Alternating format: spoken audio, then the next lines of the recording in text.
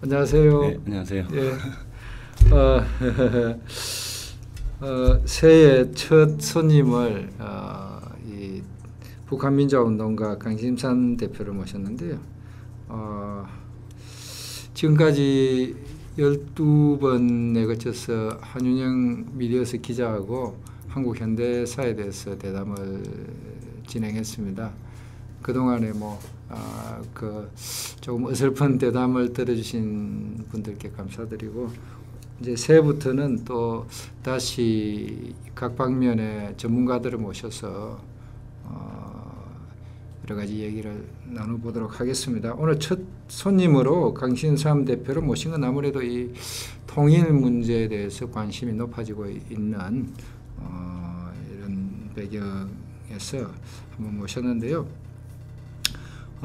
우리 강신삼 대표 북한 민주화운동에 투신하게 된 계기가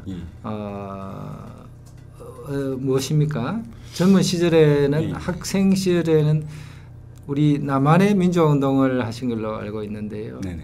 어떻습니까? 그 말씀을 드리려면 제가 고등학교 시절 얘기를 잠깐 예, 하십시오. 시간이 될지 모르겠는데 네. 제가 사실은 고등학교 2학년 때가 87년이었거든요. 아, 그렇군요. 예, 네. 87년이었고 네.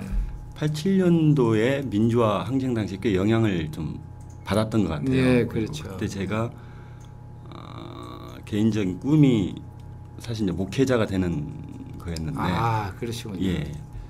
그래서 신앙생활을 하면서 제 가슴 깊숙이 각인되었던 그 성경 말씀이 네.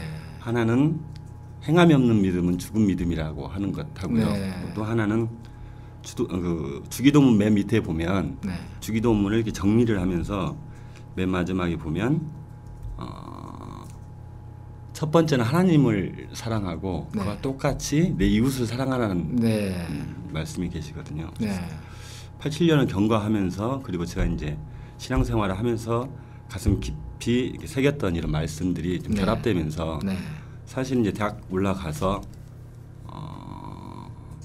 뭔가 사람을 좀 사랑할 수 있는 일을 적극적으로 좀 해봐야 되겠다 이런 생각을 좀 했었고요. 네. 네. 그때 당시에는 어쨌든 뭐 잘 아시겠지만 제가 학교 다닐 당시에는 그 대학 자체가 이제 거의 학생운동 그렇죠. 예, 그런 굉장히 활성화돼 있던 어떤 시대였고, 그렇죠. 네. 뭐 선배들을 통해서 이제 그때는 이제 제가 자주민주 통일운동의 영향을 받고 있었기 네. 때문에 자주민주 통일운동을 하는 것이 사람을 사랑하는 네. 네. 길이라고 이제 생각을 해서 남한에 이제 민주화운동을 하기 시작했는데. 네. 사실 자주민주 통일운동이라고 하는 것이 약간 깊숙이 들어가다 보면 뭐 여러분들이 뭐 이석기 씨 사태를 통해 잘 아시겠지만 어쨌든 그것이 사상적 뿌리는 이제 주체 사상, 예, 그렇죠. 그리고 이제 조직적인 어떤 통제는 어떤 북한의 노동당, 네. 이런 게 사실 좀 있었거든요. 네. 네. 그런 과정에서 저 역시도 이제 어떤 주체 사상 영향을 받았고, 그리고 김일성 또 김정일에 대한 뭐랄까 존경심이라고 할까요? 네. 이런 게 좀 있었다가 생각이 좀 변화가 된 게 92년 3년도에 네. 갑자기 이제 북한에서 김영삼, 그때 당시 합법적으로 누가 봐도 네. 합법적으로 탄생한 김영삼 정권 타도 투쟁을 제안을 하게 되면서 네. 이건 좀 이상한데. 네. 근데 단순히 제안이 아니고 사실은 교시죠. 명령이었고. 네. 자주성을 굉장히 강조하는 북한에서 남한에 있는 어떤 민주화운동 세력에게 강압적인 분위기로 굉장히 제가 납득하기 어려운 어떤 그 투쟁 구호를 얘기를 했고. 네. 그렇지만 어쨌든 그때 당시까지만 해도 어쨌든 이제 그런 어떤 사상적 영향이 굉장히 뿌리 깊었기 때문에 의심은 했지만, 네. 의구심은 가졌지만 뭐 크게 동의했던 것 같지는 않고요. 그러더니 네. 95년도에 통일 선생님도 이제 잘 아시겠지만 그 통일운동하는 과정에서 범민련 중심으로 하는 통일이 너무나 그 대중적이지 못하기 때문에 대중적인 통일운동체로 만들어서 새로운 통일운동 하자라고 하는. 그때 문익환 목사님이 네네, 맞습니다. 새통체. 네. 근데 거기에서 통일운동 진영이 이제 분열되기 시작하고, 네. 분열되는 과정에서 북한 쪽에서 했던 것이 공합하기보다는 오히려 갈등을 붙이기는. 네. 그래서 이건 좀 아닌 것 같은데 이런 생각을 좀 하다가 96년, 97년이 결정되겠던 것 같습니다. 96년, 97년도에 96년도 연대 어떤 분은 뭐 사태라고 표현하고 어떤 분이 항쟁이라고 표현을 하는데요. 그걸 또 그 평가하는 과정에서 북한에서 굉장히 영국적인 투쟁이었다. 제가 생각했을 때는 이건 굉장히 올바른 대중 투쟁이 아니었으면 불구하고 그런 평가를 좀 했었고, 그리고 그때부터 이제 그 북한의 식량난을 위해서 사람들이 이제 들어오기 시작하고 그 사람들을 통해서 북한의 현실들이 알려지기 시작하고 97년도에 황장애 선생님이 이제 들어오시게 되고 제가 대학교 1학년 때 주체사상을 공부하면서 황장애 선생님에 대한 얘기를 워낙 많이 들어서 들어서 실제 주체사상은 뭐 김일성 주석이 만들었다고 얘기했지만 가다듬은 건 황장엽 씨다. 이런 얘기가 많이 있었거든요. 굉장히 궁금했는데 황장엽 씨가 한국에 들어와서 이제 낸 책이 몇 권이 있습니다. 그걸 접하고 그리고 개인적으로 황장엽 선생님 만나볼 기회가 있어서 황장엽 선생님 만나고 나서 그리고 제가 중국에 한번 가게 됩니다. 중국에 가게 되는데 영길을 가게 되는데 영길에서 그때 당시가 99년도인데요. 그때 시기는. 그때 당시까지만 해도 꽃제비들이 굉장히 많았거든요. 북한에서 넘어온 꽃제비들이 영길에 가면 서시장이라는 곳이 있는데 그 서시장이 굉장히 즐비했었고 또 영길에 계셨던 선배님이 도움을 주셔가지고 탈북했던 분들을 만나서 이제 뭐 인터뷰까지는 아니지만 어쨌든 이렇게 얘기를 나눈 과정을 겪은 굉장히 충격적이었죠. 그냥 책이나 혹은 어떤 소식으로 듣던 것보다 직접 만나서 얘기를 들으니까 굉장히 생생했고요. 그리고 나서 이제 한국에 딱 들어왔는데 그때 당시에는 인천공항이 없을 때는 김포공항이었던 걸로 기억이 나는데 김포공항에 딱 내렸는데 그때 여름이었거든요. 내렸는데 그 한국의 어린 아이들이 부모님하고 어디 놀러를 가려고 하는 것 같아요. 공항에서 막 뛰어노는데 순간 제가 천국과 지옥을 동시에 왔다 갔다 했다는 느낌이 굉장히 들었고 그 충격이 한 3개월 정도 계속 갔던 것 같아요. 갔었고 그러면 내가 사람을 사랑하고자 했던 내가 지금 당장 해야 될 일이 뭘까라는 생각을 하게 됐고 그때부터 이제 북한 민주화운동을 진지하게 좀 고민하기 시작했던 것 같습니다. 그 정말 우리 젊은 청년들은 잘 모르겠지만 그 80년대의 그 민주화운동 또 그 끝자락에 이제 청년기를 시작하게 되었는데 많은 그 우여곡절을 거쳤습니다. 그렇다면은 이 강 대표님 입장에서 보면은 젊은 시절 뭐 학생 시절에 남한의 독재에 반대하는 민주화운동에 참여하게 된거나 또는 북한의 지금 그 북한의 독재에 반대하는 북한 민주화운동을 하는 것이 뭐 일관성이 있는 것이라고 볼 수 있겠는데요. 저는 그렇게 생각하는데. 그런데 어떻게 뭐 사람들이 또 일부 사람들은 강 대표 같은 분들을 변절자라고 부르는데 뭐 변절을 한번 했습니까? 어떻습니까? 글쎄요, 그러니까 이제 여전히 자주민주 통일을 얘기를 하고 여전히 어떤 북한식 사회를 이상사회로 생각하는 그분들한테는 당연히 제가 물론 그렇겠지만 그런데 그런 분들 말고도 많은 사람들이 좀 거북해하는 게 뭐가 있을까요? 왜 그럴까요? 글쎄요, 이제 대학 시절에 학생운동을 적극적으로 하지 않았지만 이제 주변에서 적극적 지지를 보냈던 어떤 사람들 중에는 이제 그런 얘기를 좀 하더라고요. 뭐냐면 한때는 북한에 대해 상당히 찬양하고 이렇게 미화했던 어떤 사람이 정반대 입장에 서서 북한 사회는 굉장히 문제가 많고 또 북한 체제가 변하지 않으면 그 통일도 어렵다라고 하는 주장. 그들이 듣기에는 굉장히 그거야 극에서 극으로 왔다 갔다 하는. 그거야 물론 더 알게 되어서 그럴 수도 있겠죠. 자 그런데 그럼 조금 더 이제 그 이야기를 조금 이 통일 얘기로 가야 되니까 시간이 부족하니까 그 중국에서도 오래 활동하셨다고 들었는데요. 중국에서 활동하기 위험하지 않나요? 좀 힘들죠. 그 중국 당국 입장에서는 북한이 여전히 우방 아닙니까? 최고의 우방이고 또 남한과도 뭐 굉장히 깊은 관련을 맺고 경제적 교류가 훨씬 많이 하고 있습니다만 여전히 북한에 대해서 정치 군사적으로는 우방국으로 되어 있고 그래서 북한 민주화운동에 대해서 결코 뭐 우호적이진 않을 것 같은데요. 어떻습니까? 또 그리고 그 민주화운동이 어떻게 보면 중국도 지금 일당독재 국가니까 민주화 자체에 대해서 그렇게 썩 좋아하지 않을 것 같은데요. 어떻습니까? 네. 일단 제가 중국에서 좀 오랫동안 활동했던 곳이 단동이거든요. 단동이면 거의 북한 바로 바로 이렇게 맞붙어 있던 어떤 곳이어가지고 저는 이제 활동을 하면서 중국 공안 당국한테 위험을 느낀 적은 사실 별로 없어요. 물론 이제 결정적으로 재작년이죠. 이제 재작년도에 이제 어쨌든 중국 안정국 저희를 이제 국가정보 되는 건데 그 사람들한테 잡혀서 뭐 한국으로 다시 이제 뭐 추방당에 돌아오긴 했지만 그 전에 제가 한 10여 년 정도 활동을 하면서 중국 공안에 대한 위험성 크게 느낀 적은 없었고요. 물론 이제 당시에는 어떻게 보면 지하 활동을 하신 거네요. 말하자면 공개 활동을 안 했으니까. 그렇죠. 예. 공안 당국에서 크게 그 처음엔 잘 몰랐겠지 뭐.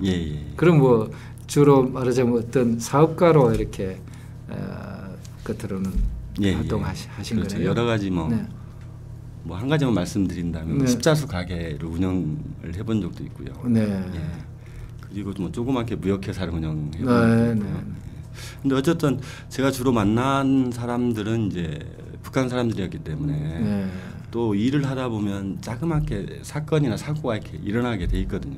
그걸 최소화하려고 노력은 했지만 일어나게 되고 그러면서 이제 북한으로부터 직접적인 가해가 가해질 수도 있다라고 하는 긴장감은 항상 있었죠. 그렇죠. 또 지리적으로 신우주하고 단동하고 굉장히 가깝고 사실 압록강 건너기 굉장히 이제 손쉽기 때문에 그러니까 테러 이후로 그러니까 이제 중국 공안으로부터는 뭐 크게 눈에 띄는 활동을 안 했기 때문에 조금 이렇게 파악이 크게 안 되고 있었는데 오히려 이제 북한 당국에서는 어쩌면 그 또 알고서 활동하는 내용을 알고서 위해를 가한다든지 그런 것을 항상 그 긴장하고 있었다 이런 얘기죠. 근데 마지막에는 이제 어떤 그 공안 당국 중국 공안한테 이 북한이 알려줘 가지고 아마 그 잡히고 또 추방당한 거나 마찬가지죠. 그런데요. 그래서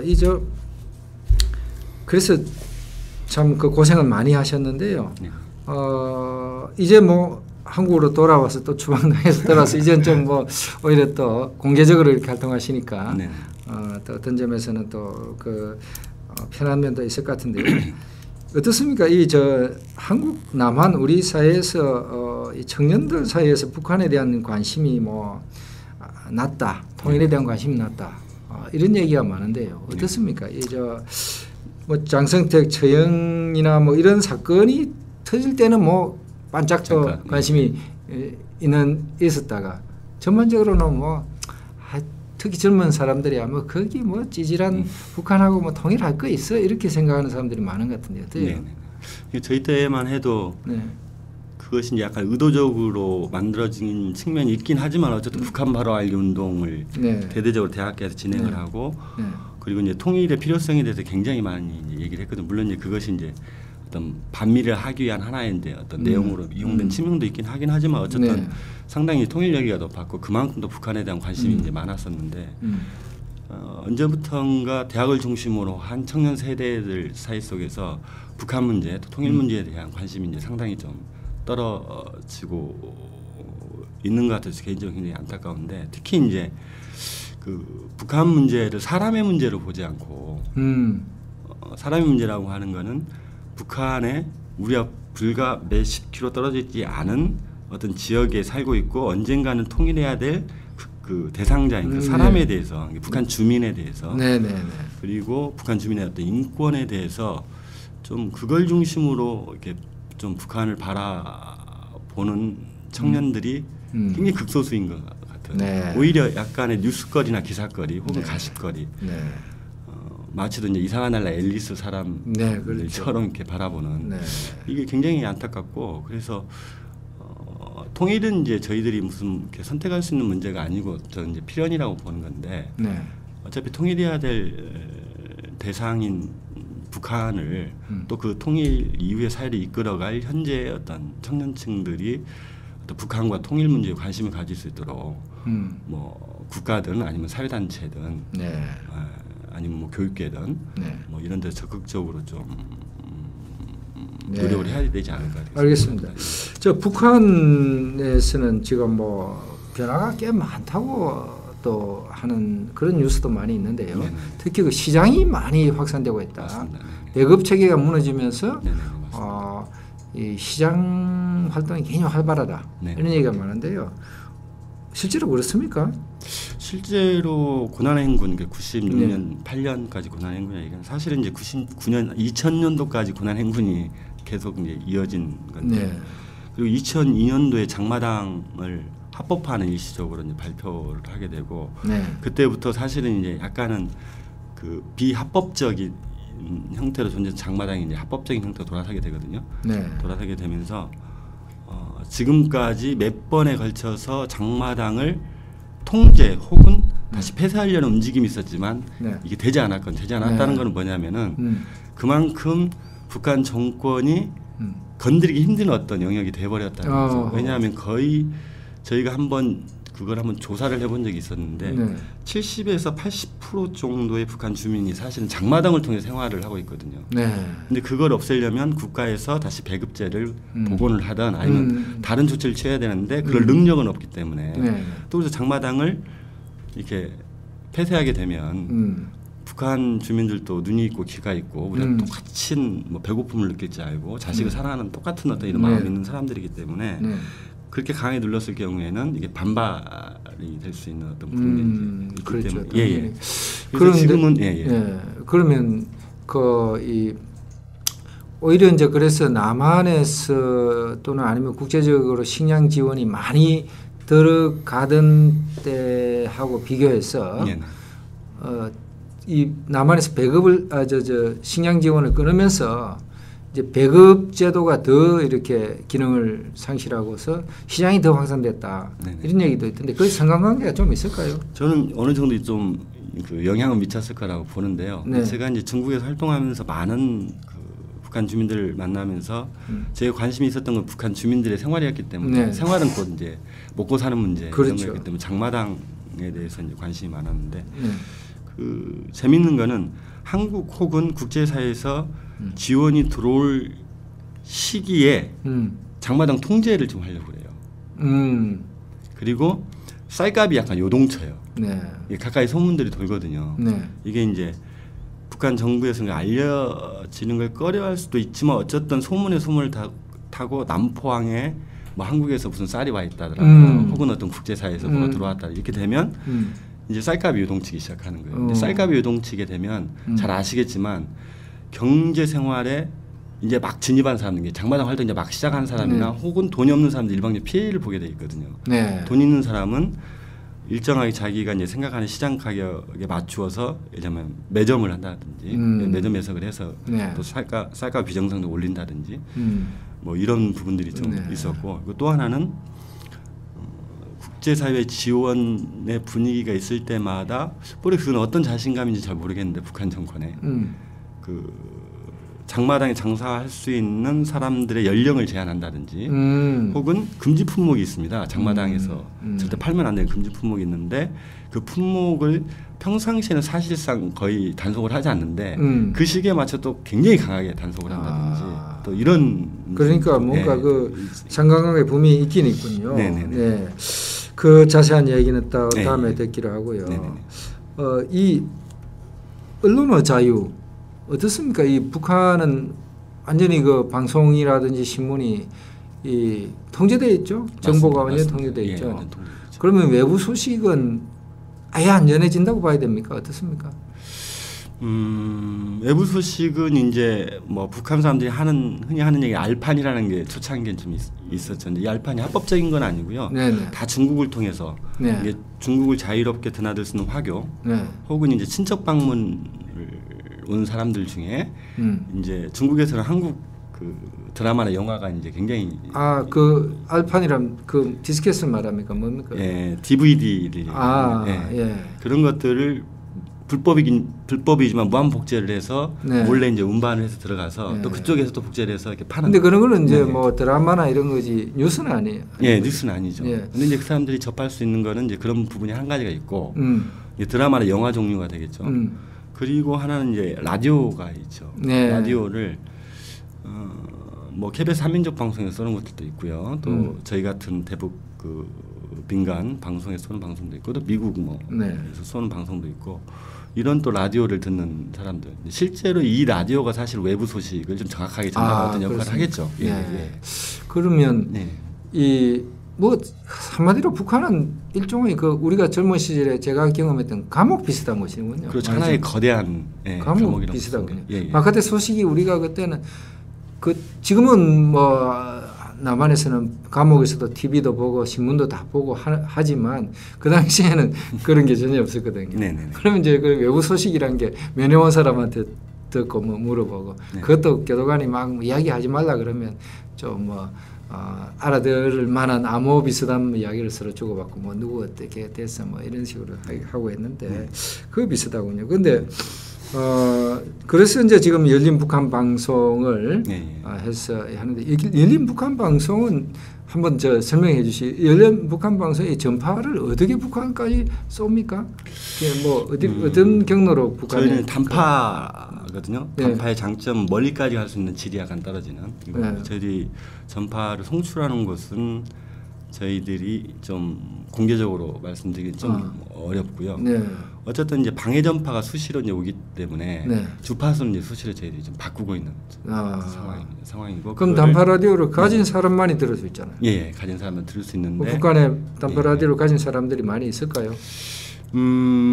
라디오 원래 이제 고정돼 있거든요. 네. 고정돼 있는 또 재밌는 건 어떤 거냐면 그 고정돼 있는 거 풀어주는 사람이 또 있어요. 장마당에 가면. 네, 네. 물론 그것도 은밀하게 진행되는 거죠. 네. 그 풀게 되면 외부 방송도 들을 수 있게끔 되어 있고 그리고 이제 여러 이제 선교 단체라든지 혹은 이제 저희 같은 활동을 하시는 분들이 초창기에는 단파 라디오를 굉장히 많이 들여보냈거든요. 아하. 북한에 네. 많이 들여보내. 지금은 이제 라디오보다는 영상물 중심으로 많이 이제 들여보내시는데. 네. 그리고 이제 그 특히 이제 벤니라는 사람들 같은 경우에는 그 날씨가 굉장히 중요하거든요. 네. 날씨가 굉장히 중요하고 이제 북한의 일기예보 자체가 굉장히 좀 정확성이 떨어지기 때문에 네. 한국 측 그 일기예보를 많이 들어요. 아하. 한국에 이제 그 일기예보를 할 때 그거 재밌는 얘기네. 예예. 네. 뭐 북한 쪽까지 이렇게 얘기를 하기 때문에 특히 이제 서해상에 있는 사람들 같은 경우에는 네. 저도 좀 많이 그러는데 이런 사람들 같은 경우 그 라디오를 굉장히 많이 듣고요. 단파까지 가능한 라디오를 굉장히 많이 듣고 그리고 저희들이 파악한 거에 의하면 이거는 이제 그 저희들 이제 모니터링을 해주는 데가 있어요. 그걸 통해 가지고 저희들이 그 구체적인 조사를 해봤는데 네. 약 한 3% 정도가 네. 한국에서 네. 그 운영되고 있는 대북 민간 방송의 방송을 들어본 적이 있다. 근데 이 사람들은 탈북해서 중국에 나온 사람들을 대상으로 네. 이렇게 조사를 한 거거든요. 네. 3%까지는 저는 아닐 것 같아요. 왜냐하면 이제 설문조사를 하다 보면 안 들었다고 할 가능성도 있고 이런데 또 그걸 이제 뭐 그런 걸 다 감안해서 절반은 나눈다 하더라도 한 1.5% 정도. 네. 1.5%면 북한 인구가 2,500만이니까 예. 1%만 하면 25만이군요. 예, 25만 정도. 네. 적지 않은 숫자가 예. 듣고 있다. 그리고 이제 한 가지만 더 말씀드리면 저희 열린 북한 방송 같은 경우에는 예를 들면 미국에서 운영하고 있는 미국의 소리 같은 경우에는 단순 그 정보를 전달하는 어떤 방송이거든요. 네. 예를 들어서 이제 열린 북한이나 아니면 자유조선 방송이나 북한개혁 방송 같은 그 한국에 있는 그 대북 민간 방송 같은 경우 단순 한 정보를 전달하는 것이 아니고 그들에게 어떤 민주주의 의식이라든지 혹은 인권 의식을 적극적으로 심어주고 네. 약간은 거칠죠. 네. 그리고 이제 김정은 정권에 대해서 적극적인 어떤 비판을 하고 네. 이제 이런 부분에서 약간 좀 차이가 있는 것 같습니다. 네. 그래서 이제 이 말하자면 북한의 문제는 북한 내부에서 북한 민주화 운동이 이렇게 발생하면 좋을 것 같은데요. 맞습니다. 말하자면 주인은 북한 예. 주민들이기 때문에. 예. 우리 남한도 역시 그 말하자면은 뭐 흔히 우리가 하는 얘기로 이만큼 그 민주주의가 빨리 정착한 나라가 없다, 민주화에 성공한 나라가 없다 이렇게 우리 스스로 아주 자부하지만은 우리 또 그만큼 많은 사람들이 민주화운동을 했기 때문에 아니겠습니까? 네, 맞습니다. 네, 수많은 사람들이 민주화운동에 헌신하고 했는데 북한에도 그런 민주화운동이 생기면 그래서 외부에서 지원하고 또 그들의 인권 문제를 거론하고 뭐 예전에 우리나라 남한 같으면 김지하 선생이나 이런 분들이 네네네. 민주화운동할 때 세계의 문인들이 그냥 네. 김지하를 석방하라 하고 막 압력을 가하고 했단 말입니다. 그런 것들이 이제 같이 이루어지면 아주 좋을 것 같은데 북한에서는 이 민주화운동이 저렇게 많은 사람들이 고생하고 열악한 인권 상황과 또 이런 상황에 비하면 너무 움직임이 없는 것 같은 그런 생각도 있는데 어떻습니까? 제가 이제 북한 사람들을 많이 만나면서 느낀 거는 네. 그들이 우리가 똑같은 사람이라는 거예요. 그렇겠죠. 당연히 네. 예, 사람이죠. 네, 눈이 있고 귀가 있고 입이 있기 때문에 그리고 배고프면 배고픈지 알고 네. 자식에게 좀 더 좋은 환경을 물려주고 싶고 네. 그런데 현실은 그렇지 않다라고 하는 것도 잘 알고 있고 네. 그리고 특히나 이제 중국에 어떠한 이유로 한두 번 정도 방문해 본 사람은 북한 체제가 문제가 있구나.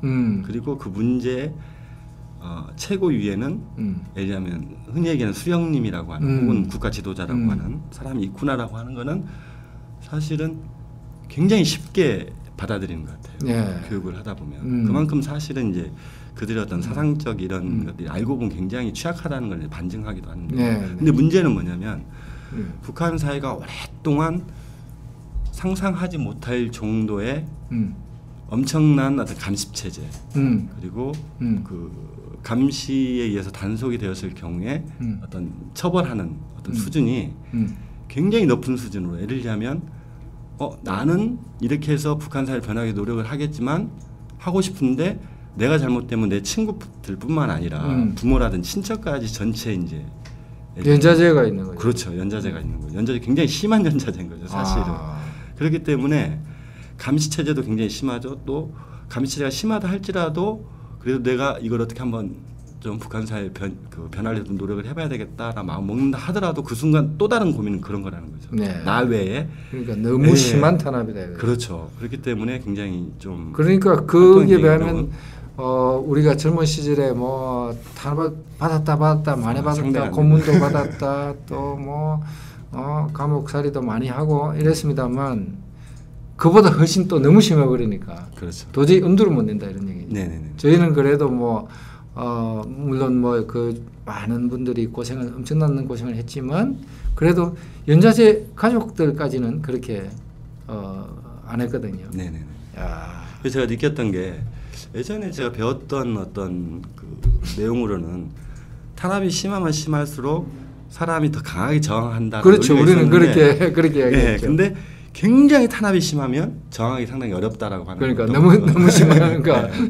그래서 제가 사실은 중국에 가서 북한 민주화운동을 해야 된다라고 마음 먹었던 게 아까 선생님이 말씀하신 그런 이유예요. 네. 그러니까 이제 어느 정도 그 활동이 북한 주민들 스스로 어떤 그 활동을 할 수 있는 그런 최소한의 이런 것도 보장되어 있는 사회라면 제가 이제 한국에서 얘기하면 지원하는 정도로면 뭐 충분했겠지만 그런 사회가 아니라고 판단했기 때문에 더 가까이 가서 예. 네. 그럼 단동에서 압록강 바로 너머에 있는 북한 쪽에서 뭐 장사를 한다든지 기타 등등 북한 주민들이 네네. 드나드니까 네네. 그분들을 대상으로 나름대로 활동을 하셨군요. 네네. 네. 정말 고생이 많았고요. 어떻습니까? 이제 통일에 대한 이 이야기가 굉장히 첫 많이 나오고 있는데 어제 박근혜 대통령은 통일에 대해서 뭐라고 하셨던가요? 대박이다. 통일에 대해서 너무 이렇게 뭐 비용이라든지 이런 걸 가지고 막 자꾸 얘기하니까 그게 아니다.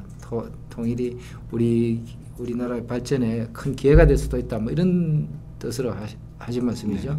어떻습니까? 통일에 대해서 전문가로서 북한 민주화운동, 통일운동을 쭉 이렇게 오래 해오신 분으로서 과연 통일이 다가오고 있습니까? 눈앞에 다가오고 있습니까? 제가 뭐 통일 북한 아니 뭐 꼭 안 맞아도 됩니다. 뭐 점쟁이 하느니 꼭 안 맞아도 됩니다. 뭐 알겠습니다. 네, 편안하게 말씀해 주세요. 예, 글쎄요. 어쨌든 통일이 되려면 북한 사회가 변화돼야 된다고 저는 이제 보는 건데 북한 사회가 변화되려면 그 체제가 변화가 돼야 되는 건데 그렇게 놓고 보면 현재 이제 김정은 체계가 장기적으로 안정적으로 갈 것이냐라고 하는 이제 문제인데 제가 봤을 때는 장기적으로 굉장히 좀 어렵지 않겠느냐라고 하는 특히 이번 장성태 그 전에 이용우 숙청하는 과정을 보면 굉장히 거칠고 역시 경험이 없는 어린 사람이다라고 하는 그리고 이런 것이 몇 번 반복될 가능성이 있고 반복되면 반복될수록 스스로 자기 스스로 체제를 굉장히 좀 자기 발밑을 이렇게 처리할 수 있는 깔아먹는 무너뜨리는 그런 게 되겠죠. 그러면서 통일이 실제로 현실화될 가능성이 점점 가까워지고 있고 높아지고 있다. 근데 문제는 예전에는 통일에 대해서 사람들이 관심을 갖지 않는 것 자체가 문제였는데 통일에 대해서 관심을 가지면서 또 너무 환상적으로 더 주장하시는 분들이 또 있는 것 같아요. 제가 생각할 때 통일이라고 하는 과정이 이제 쉬운 게 아니고 특히 남과 북의 통일은 그 한반도에 존재하고 있는 남과 북의 통일은 굉장히 이제 복잡한 어떤 과정을 뒤따르게 되는데 이걸 또 너무 환상적으로 이제 통일을 반대하는 어떤 사람을 설득하기 위해서 너무 이렇게 환상적으로 얘기했을 때 나타날 수 있는 또 그런 문제점도 있다고 보거든요. 잘 알겠습니다. 네, 그거는 뭐 그러니까 통일은 대박이지만 거기에는 많은 전제가 달려 있다. 뭐 이렇게 이야기할 때 있군요. 그래요. 오늘 정말 그 좋은 말씀 감사하고요. 첫 손님이신데 새해 복 많이 받으십시오. 아유, 감사합니다. 우리 이야기를 들어주신 모든 분들도 새해 복 많이 받으십시오. 감사합니다. 감사합니다. 고맙습니다.